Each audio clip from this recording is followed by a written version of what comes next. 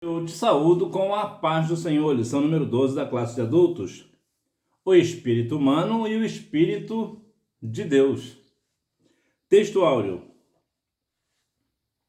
O mesmo espírito testifica com o nosso espírito que somos filhos de Deus. Aos Romanos, capítulo 8, versículo 16. Verdade prática. Além do seu testemunho em nosso espírito, o Espírito Santo age no íntimo do nosso ser, intercedendo, edificando e produzindo o seu fruto. A cantora Fernanda Fernandes Costa, mais conhecida como Fernanda Brum, tem um hino que fala: Espírito Santo, ore por mim. Bom, o Espírito Santo ele não ora por nós. Somos nós que precisamos orar. Inclusive, nós devemos viver uma vida de oração, como nos diz 1 Tessalonicenses, capítulo 5, versículo 17. No entanto, veremos na lição de hoje o que, de fato, o Espírito de Deus faz conosco. Introdução.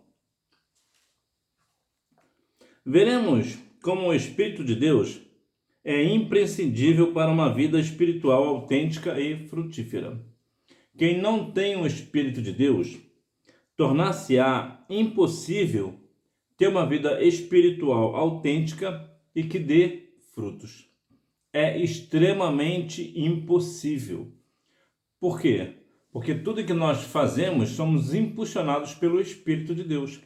Pelo Espírito Santo, é o Espírito que nos impulsiona a fazer. Porque de nós mesmos, nós não queríamos. Então, a grande questão aqui, o grande ponto é observar que, de fato, o Espírito Santo é aquilo que nos move. A obra inicial do Espírito, consciência e fé. A ação do Espírito Santo começa em nossa consciência, despertando-a da culpa pelo pecado e apontando a necessidade de perdão. Quando nós aceitamos a Cristo como Salvador, o primeiro grande trabalho que o Espírito Santo faz conosco é nos dar consciência. Na verdade, isso se dá antes de aceitarmos a Cristo como Salvador. O Espírito Santo toca em nós e nós começamos a entender que nós temos uma consciência e entendemos que essa consciência nos diz que nós estamos em pecado. Então, por nós estarmos em pecado diante de Deus, nós precisamos de um perdão. Mas quem é que irá nos perdoar? Para quem será esse pedido de perdão? Só pode ser para Cristo. Então, por isso que o Espírito Santo nos impulsiona a aceitar a Cristo como Salvador. Então, o que nós vemos, o grande trabalho, de Deus de nos dar a salvação, de Jesus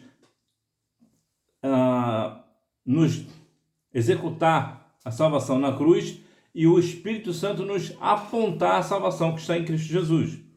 Então vejamos que a nossa consciência acaba nos dando fé, apontando para a fé, que é fé que o Senhor Jesus irá nos perdoar de todos os nossos pecados. Isso só vem através do Espírito Santo que toca no nosso coração para que nós venhamos ter, de fato, um entendimento de que o Espírito Santo é que nos convence do pecado, da justiça e do juízo. E é por isso que nós aceitamos a Cristo como Salvador, porque nós reconhecemos, nós temos uma consciência de que nós somos pecadores e por isso nós precisamos de perdão. E quem é que pode nos perdoar? O Senhor Jesus. A pedagogia do Espírito. A regeneração é o início de uma nova dimensão de vida. Uma nova vida agora espiritual, em comunhão com o Espírito de Deus. Mas nós não recebemos o Espírito do mundo, mas o Espírito que provém de Deus, para que pudéssemos conhecer o que nos é dado gratuitamente por Deus. A nossa salvação nos é dada gratuitamente por Deus. E além da salvação, temos os dons espirituais que também nos é dado gratuitamente, obviamente. Então veja que a regeneração é o início de uma nova vida. E que vida é essa? É uma vida espiritual. Nós somos regenerados. Outrora nós éramos pecadores, sem conhecer que nós precisávamos de um perdão, de um Salvador. Agora que aceitamos a Cristo como Salvador, Nós sabemos que estamos perdoados dos nossos pecados e agora essa regeneração nos faz apontar para quê? Para uma nova vida. E que vida é essa? É uma vida espiritual. Não é somente uma vida, um viver na sociedade. Agora é algo muito mais profundo, que é uma vida no Senhor. É uma vida que vai nos falar Oséias, né, capítulo 6, versículo 3, né? Prossigamos em conhecer ao Senhor. Então, nós estamos agora muito mais ansiosos pelo Senhor. Então, sempre estamos mais ansiosos para estar na presença do Senhor. Por quê? Porque agora nós somos regenerados e agora nós temos essa vida espiritual que nos foi dado gratuitamente por nosso Deus. A renovação da mente.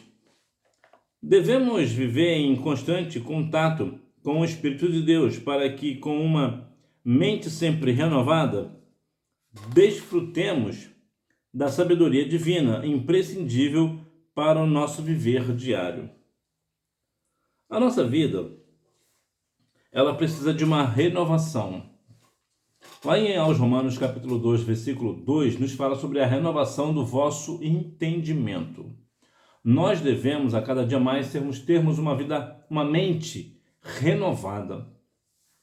Observe, por exemplo, a questão da águia. A águia tem uma questão muito interessante. A águia, ela vive ou 40 anos ou 80 anos em média. Isso vai depender dela. Por quê? Quando ela chega aos 40 anos, ela passa por uma renovação. Se ela não passar, se ela optar por não passar pelaquela renovação, que é ter novas penas, um bico novo, e para isso ela vai sentir uma dor. Ela vai passar por algum processo, geralmente ela bate com seu bico na rocha, até aquele bico quebrar, então isso vai causar uma dor a ela, e ela dá um profundo mergulho no mar ou num lago, para quê? Para arrancar as suas penas velhas. E isso também vai lhe causar muita dor.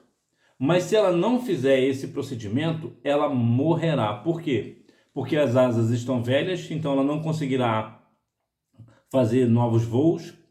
E também, como está com o bico muito atrofiado, ela também não vai conseguir se alimentar, então ela morre. Então ela precisa passar por esse procedimento para que ela venha ter uma nova vida, e mais 40 anos de vida. E uma outra questão muito curiosa da águia é que a águia ela nunca faz o mesmo voo.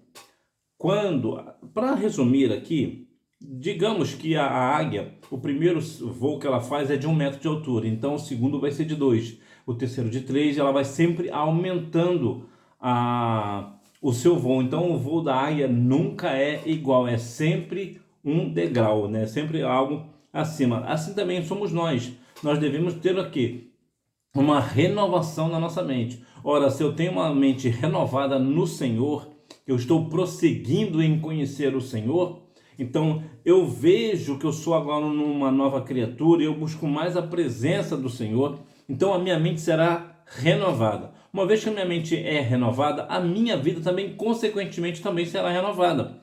Porque se eu tenho uma renovação, e uma renovação que eu quero dizer, não é essa renovação que muitas vezes nós vemos hoje, que é alguém que cria algo completamente, algo extraordinário, uma história, conta uma história para tentar fundamentar uma tese, uma teologia, por exemplo. Mas é algo que dá para ver que não é verdade. Então a renovação que eu digo é uma renovação bíblica, é uma renovação do entendimento, é algo que nos traz algo tão profundo que nós conseguimos discernir as pessoas, mas as pessoas não conseguem nos discernir. Por quê? Porque nós somos espirituais. Uma pessoa espiritual, ela tem sabedoria no tratar, ela tem discernimento das coisas, ela tem uma habilidade extraordinária de ver cada situação, cada caso é um caso. Por quê? Porque ela tem uma renovação da mente, ela não está com aquela mente arcaica, né, de 1 zilhão de anos, que ela não consegue, aquela mente atrofiada, que a pessoa não consegue crescer na palavra, no entendimento da palavra, a pessoa não faz um jejum, não faz uma leitura bíblica, a pessoa não vive uma vida de oração, ou seja, ela está raquítica, ela não se renova. É nesse sentido que vai falar sobre a renovação que nós devemos ter diante do nosso Senhor. Voz e luz. Quando tiramos tempos para ouvir o Espírito, ele fala de muitas maneiras ao íntimo do nosso ser, traz sabedoria e revelação.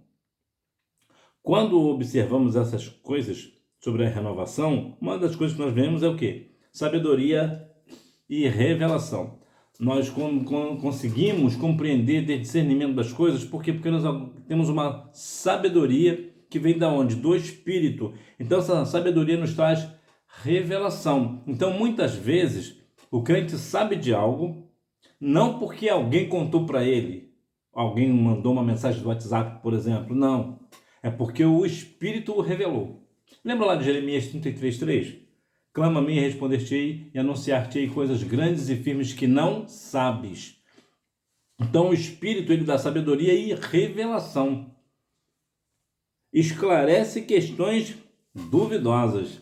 Já viu que muitas vezes a igreja está perdida numa questão que sempre traz muita dúvida? Mas alguém que tem o dom da sabedoria, o dom do Espírito, o Espírito Santo revela, essa pessoa vai fazer o quê? Esclarece aquela dúvida. E muitas vezes de uma forma extremamente simples, né? De uma forma muito sábia, simples, né? E as pessoas ficam, como pode uma pessoa ter tanto esclarecimento de uma forma tão profunda e nos trazer de uma forma tão simples? É o Espírito. Gera entendimento e paz. Uma conversa dada pelo Espírito, uma conversa entre você e uma outra pessoa, por exemplo, o que vai trazer? Vai gerar paz e entendimento. Ainda que você discorde de uma coisa e a outra pessoa discorde de você, mesmo assim haverá paz e entendimento, porque a pessoa, ainda que não concorde com você, ela vai te entender. E você também, ainda que você não concorde com outra pessoa, você entenderá o que ela quer dizer. Então, o que acontecerá entre vocês? Entendimento e paz. Não haverá rancor. Não haverá de maneira nenhuma uma porfia. Mostrar quem é que sabe mais, quem é eu sei mais do que você, coisa dessa natureza. Não existe.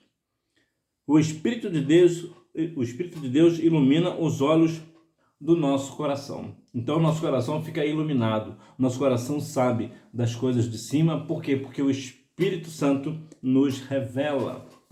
Sinopse: o Espírito Santo desperta a consciência, gera fé e renova a mente, ensinando e guiando o crente para uma vida espiritual.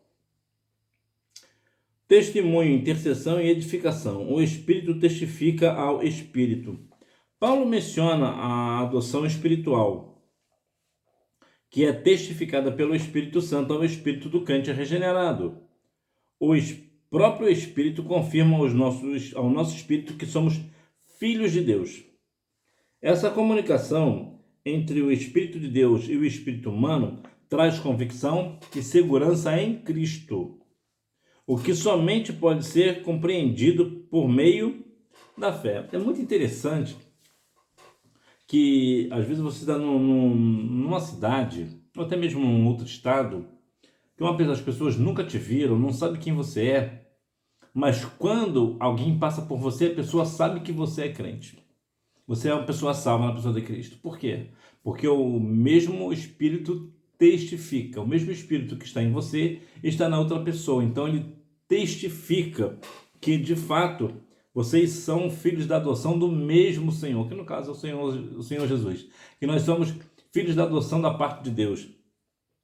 Então, por quê? Porque nós somos regenerados. Uma vez que nós somos regenerados, o Espírito do Senhor está dentro de nós, habita em nós. Por quê? Porque o nosso corpo é templo do Espírito Santo, como nos diz 1 Coríntios 6,19.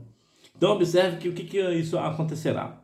Observará que, como eu sou uma pessoa regenerada, e o Espírito Santo habita em mim, e você também é uma pessoa regenerada, e o Espírito Santo habita em você, o mesmo Espírito que habita em mim, habita em você. Então, quando nós nos encontramos, ele testifica que nós somos filhos do Deus Altíssimo. O Espírito intercede. Ainda em Romanos 8, vemos Paulo tratando de outra ação do Espírito de Deus junto ao Espírito humano, a intercessão em nosso favor. Sim, o Espírito Santo ele intercede por nós, diferente lá do louvor da Fernanda Brum, que diz: Espírito Santo, ore por mim. Não, o Espírito Santo não ora por nós. Ele intercede por nós. Qual é a diferença? A diferença é que eu não posso ficar: olha, Espírito Santo, ora aí por mim, que eu vou até ali, que eu vou fazer isso ou vou fazer aquilo. Eu vou dormir até meio-dia, enquanto isso você ora aí por mim. Não. Quem tem que orar sou eu. Inclusive Jesus orou, né? Então eu preciso orar, viver uma vida de oração. Então, o que seria essa intercessão do Espírito Santo? Ele intercede por nós. Entre uma coisa e outra, eu gosto muito da ideia da tradução. Hoje em dia temos aí o Google Tradutor, que é uma ferramenta extraordinária, nos ajuda muito, e outras ferramentas dessa natureza.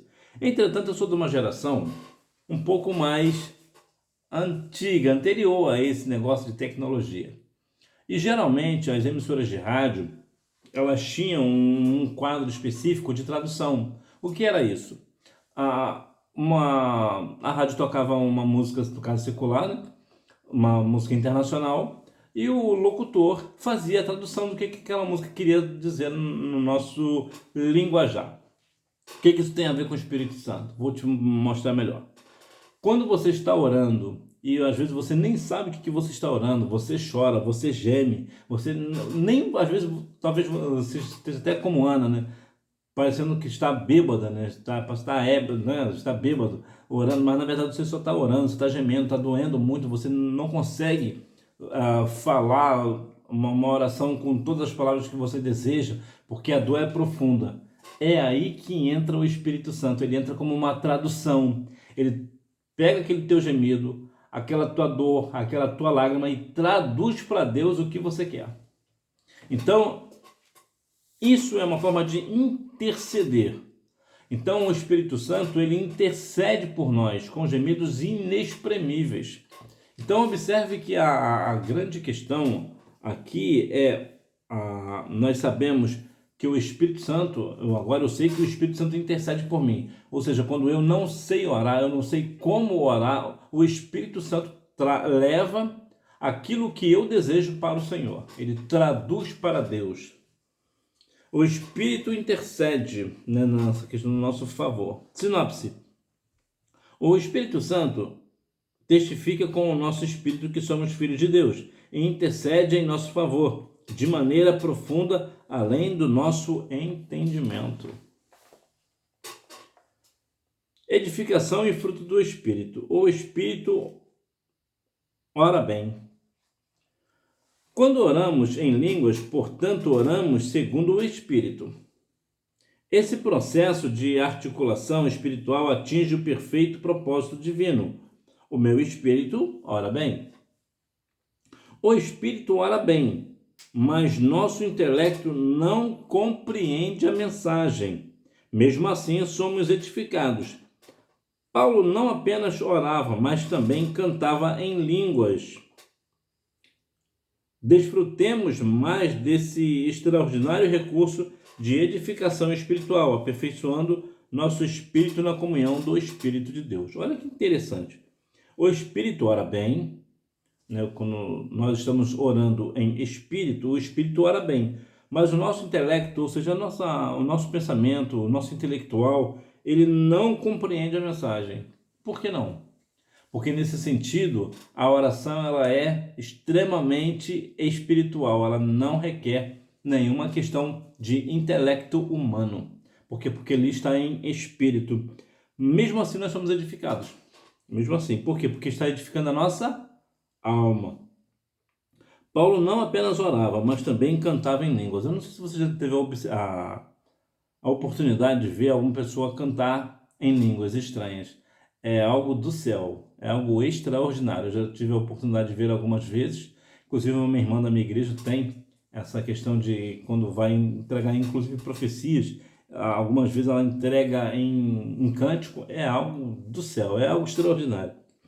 Desfrutemos mais desse extraordinário recurso de edificação espiritual. E é aqui que o negócio fica apertado. A Assembleia de Deus é o maior movimento pentecostal do mundo. Cerca de 23 milhões de pessoas no Brasil são assembleianos. Pois bem, a Assembleia de Deus, como movimento pentecostal, deveria ter essa questão de louvar em línguas, orar em línguas, como algo corriqueiro, normal, mas não é o que nós vemos. Por que não? Porque nós muitas vezes deixamos de ser espirituais para dar lugar a filosofias, a fábulas e até, infelizmente, doutrinas de demônios. Nós estamos nos desviando da identidade da igreja. Eu não digo da Assembleia de Deus, eu digo da Igreja de Cristo. Uma igreja que é fundamentada no Espírito Santo, como nos diz Atos capítulo 2. Então, por conta disso, o que nós estamos fazendo? Nós estamos colocando outras coisas no lugar do orar em línguas, no orar no Espírito, de cantar em línguas estranhas. Nós estamos dando lugares para fazer outras coisas, nós estamos dando espaço para outras coisas, priorizamos outras coisas. E essas outras coisas extremamente banais, não são nem coisas espirituais, são coisas muitas vezes supérfluas, sem nenhuma necessidade na igreja. Mas nós estamos vivendo hoje um evangelho tão aquém do que realmente ele é, que hoje qualquer coisa toma o nosso espaço. Uma apresentação, por exemplo, de um grupo de coreografia, muitas vezes a igreja tem como mais importante do que a palavra. Eu digo porque eu já vi alguns casos dessa natureza. As pessoas, depois da apresentação do grupo de coreografia, eu aqui não estou falando contra a coreografia, estou te dando um exemplo de que as pessoas foram cumprimentar. Olha, a apresentação de vocês foi mais bonita do que a palavra. Olha o comentário, olha que coisa estranha. Nada pode substituir a palavra de Deus. Então observe que uma coreografia muitas vezes é dado como mais importante do que a pregação da palavra, do que estarmos em espírito, do que estarmos orando e adorando e bendizendo o nome santo do Senhor. Ou outras coisas, né, que muitas vezes tomam o lugar do Senhor na casa do Senhor. Então muitas vezes, por estas razões, que nós não temos mais cultos tão espirituais quanto tínhamos há 30, 40 anos. Porque verdadeiramente nós iríamos para a igreja para desfrutar desse extraordinário recurso de edificação espiritual que era o falar em línguas. Hoje vemos igrejas que passam o culto inteiro com pregação, com louvores, mas você não ouve uma só pessoa falando em língua estranha durante todo um período de 2, 3 horas de culto. Eu digo 3 horas, que alguns cultos às vezes passam um pouco, né? Por que isso? Como podemos nós estarmos numa Assembleia de Deus, que é uma igreja pentecostal, durante 2 horas, 2 horas e meia, com pregação da palavra, com louvores espirituais, e nós não falamos em línguas estranhas? Como pode nós deixarmos esse recurso tão edificante de lado? Por quê? Então nós venhamos observar que de fato nós devemos voltar de fato ao primeiro amor, o ápice da vida cristã. A obra do Espírito de santificação vai progredindo e o crente passa cada vez mais a expressar amor. Aqui nós vamos falar sobre a questão do fruto do Espírito. Fala sobre a questão do amor. A igreja muitas vezes fala muito de amor, mas não vive um amor na prática. Não adianta somente nós falarmos de amor, nós devemos viver um amor na prática. A prática do amor é muito mais importante do que o falar de amor.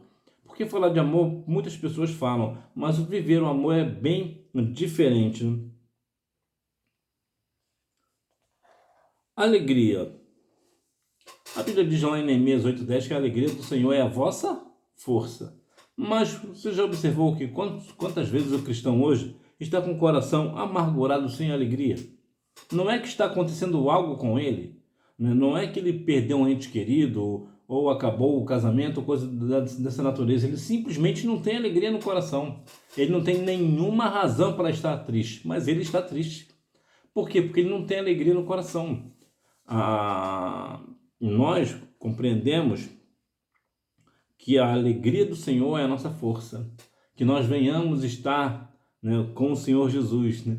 Como o Senhor Jesus falou para conosco, né, em João 15:11, né? Que eu tenho vos dito isso para que a minha alegria esteja em vós e a vossa alegria seja completa. Paz. A paz, ela é algo tão nobre que tem o céu como terra natal, né? As pessoas falam tanto de paz hoje querendo fazer a guerra, né? Mas qual é a paz? Né? A Bíblia nos menciona lá em Isaías 6 que o Senhor Jesus, ele é o quê? É o príncipe da paz. Isaías 6:9, né? É o príncipe da paz.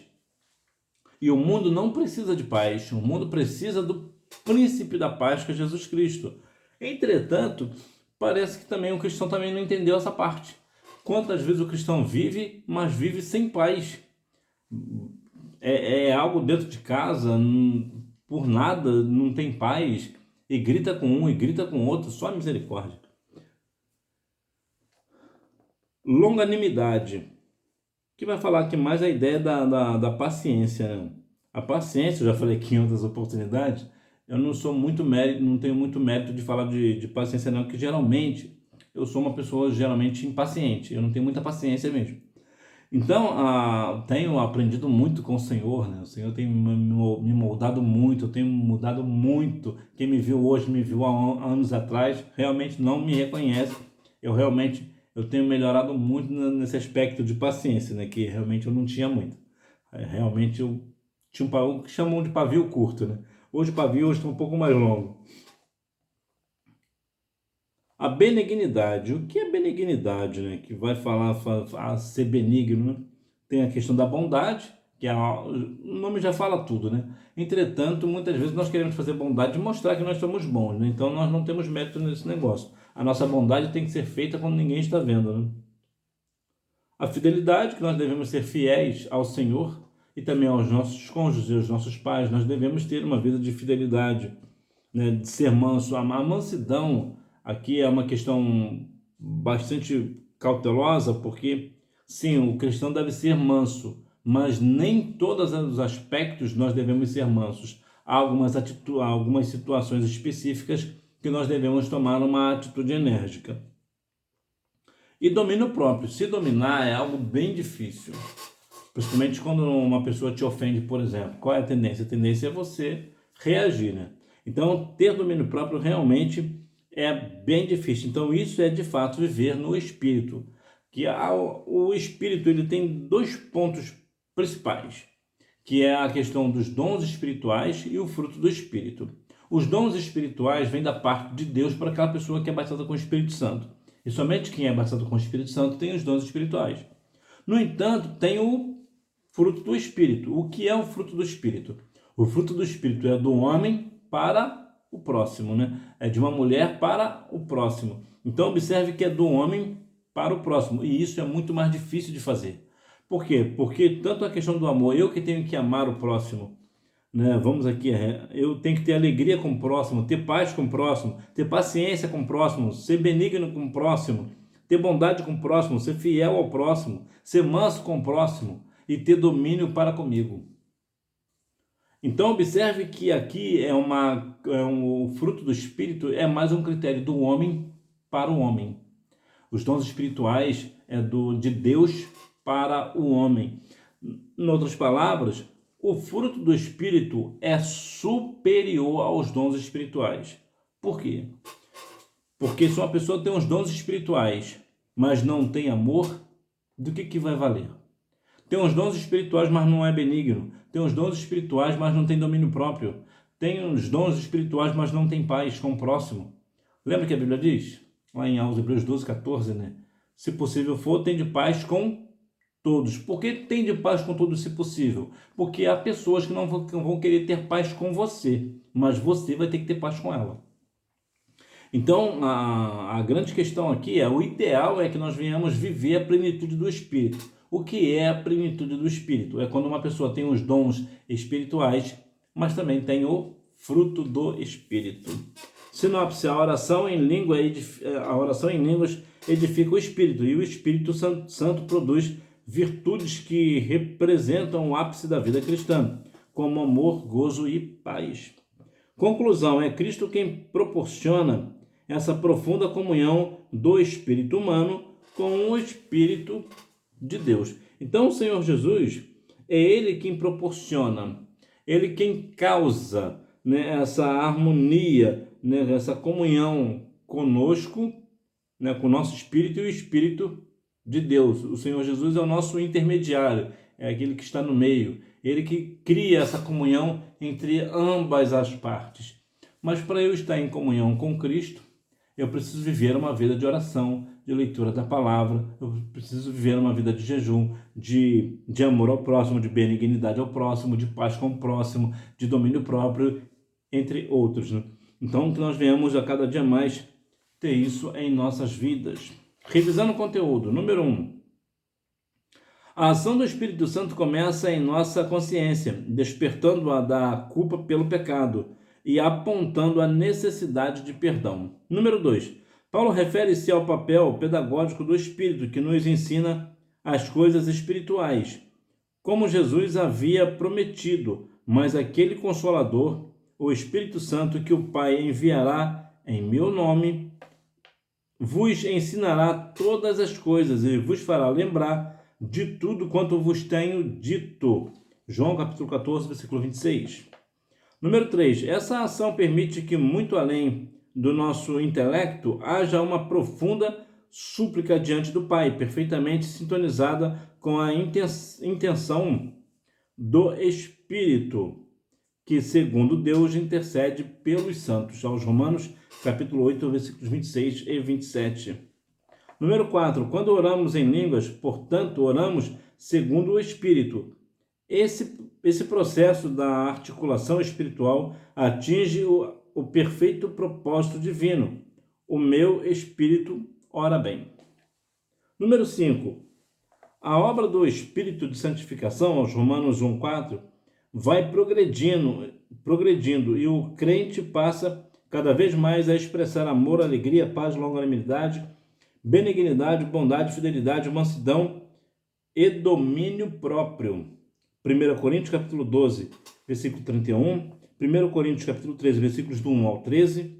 Isso é viver e andar no Espírito. Gálatas capítulo 5, versículo 25. Que Deus em Cristo continue abençoando a sua vida. Se você gostou da lição de hoje, essa aula de hoje, você compartilha esse vídeo com alguma pessoa que, assim como você também ama a Escola Bíblica Dominical. Aproveita, deixa o seu like, o seu comentário. E se você não gostou, também deixa o seu dislike, também é tão importante quanto o seu like. Deus em Cristo continue abençoando a sua vida e que você tenha uma boa aula. Fica na paz. Tchau.